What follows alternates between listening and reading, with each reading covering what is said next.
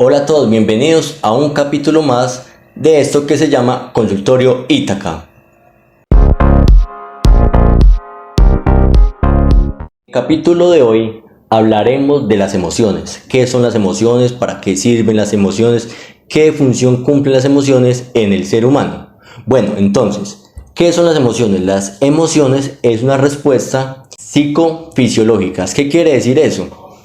Que es una respuesta frente a estímulos exteriores que van a estimular, valga la redundancia, funciones cerebrales y también lo vamos a sentir en nuestro cuerpo.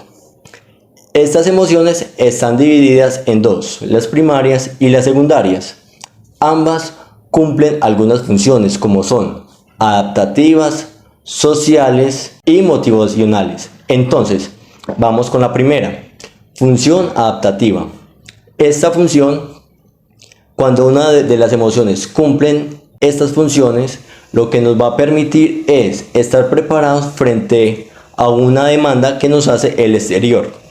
Función social.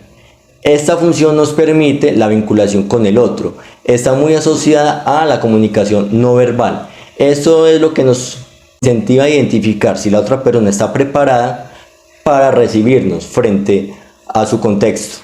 Vamos con la última, que es la función motivacional.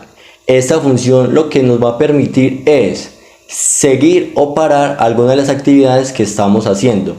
Se evidencia mucho en la parte escolar. Entonces, toda materia, toda clase, toda dinámica que se esté haciendo, que a la persona le resulta agradable, va a continuar haciéndolo. A diferencia, si le resulta desagradable, esta persona va a sentir rechazo frente a dicha actividad. Listo, vamos con las emociones primarias. Estas son alegría, asco, miedo, sorpresa y tristeza. ¿Qué nos quiere decir cada una? Porque cada emoción, una de las funciones, recuerden, es la capacidad de identificar qué es lo que está sucediendo en el exterior. Entonces, cuando hablamos de alegría, lo que nos quiere decir es que estamos en un estado de bienestar.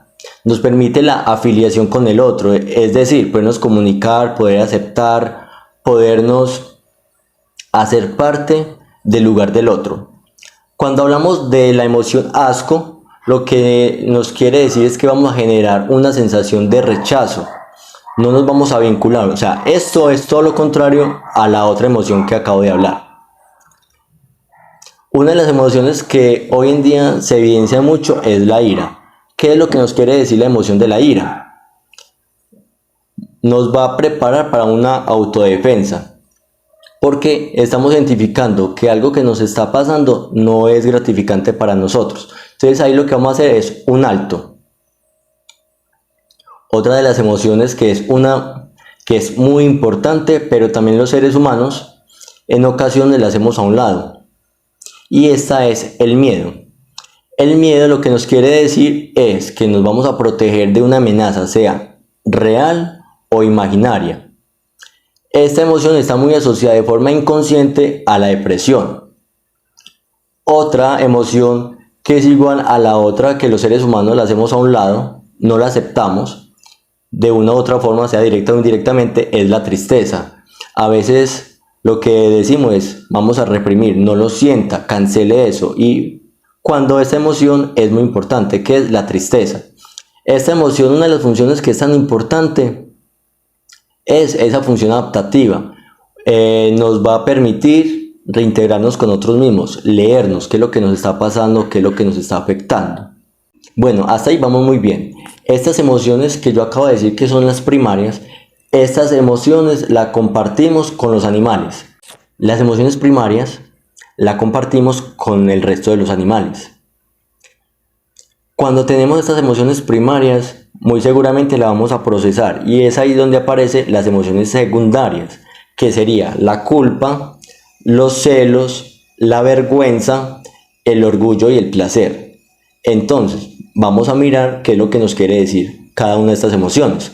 Cuando hablamos de culpa, estamos hablando de una sensación, de una lectura que nos quiere decir que hemos traicionado nuestros valores internos. Ahora llegan los celos. ¿Qué quiere decir los celos? Los celos aparecen cuando estamos identificando algo o alguien de nuestra propiedad. Y fuera de que la sentimos de nuestra propiedad, la estamos sintiendo amenazadas por un otro. Quiere decir que estamos sintiendo de que nos la van a quitar.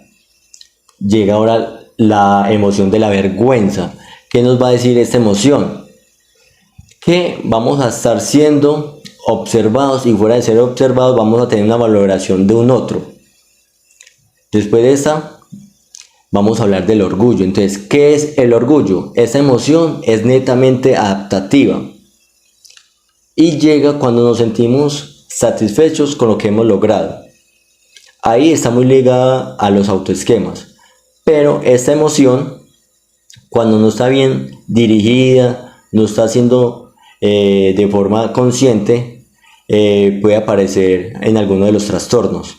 Y por último llega el placer. El placer puede ser orgánico, psicológico o simbólico, que aparece cuando estamos en función de reproducción, en una función social de vincularnos con el otro, en función de alimentarnos.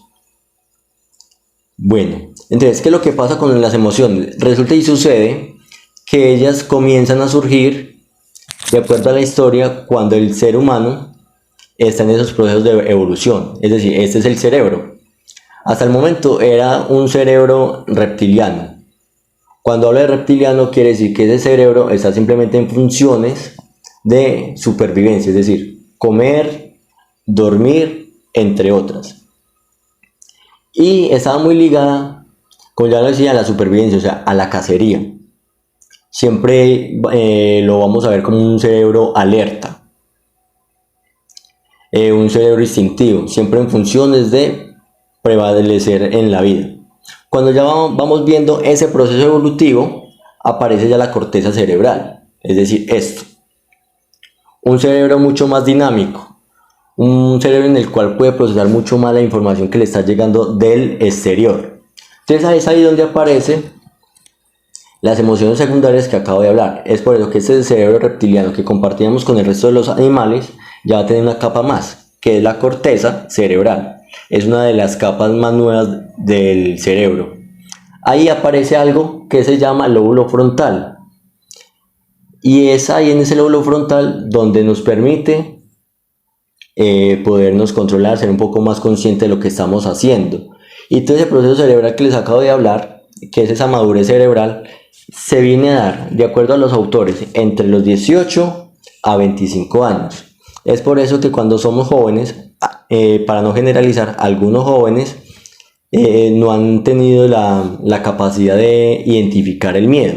Entonces vemos jóvenes arriesgados, con deportes extremos, siempre en pro de sentir la adrenalina. Cuando ya llega entre los 25 años en adelante, ya van a ser un poco más conscientes, bueno, algunos, otros no. Incluso vemos adultos mayores aún así, más conscientes del miedo, entonces pueden poner los límites para prevalecer la vida. Lo importante acá de las emociones es poderlas conocer y reconocer que son dos términos completamente distintos aunque parezcan iguales. Lo que nos puede brindar este ejercicio es poder identificar qué es lo que sentimos, cómo podemos procesarlos para que sea de una forma mucho más adaptativa y nos permita una mejor calidad de vida. Así que muchas gracias, los invito a que me sigan, le den like y compartan. Muchas gracias.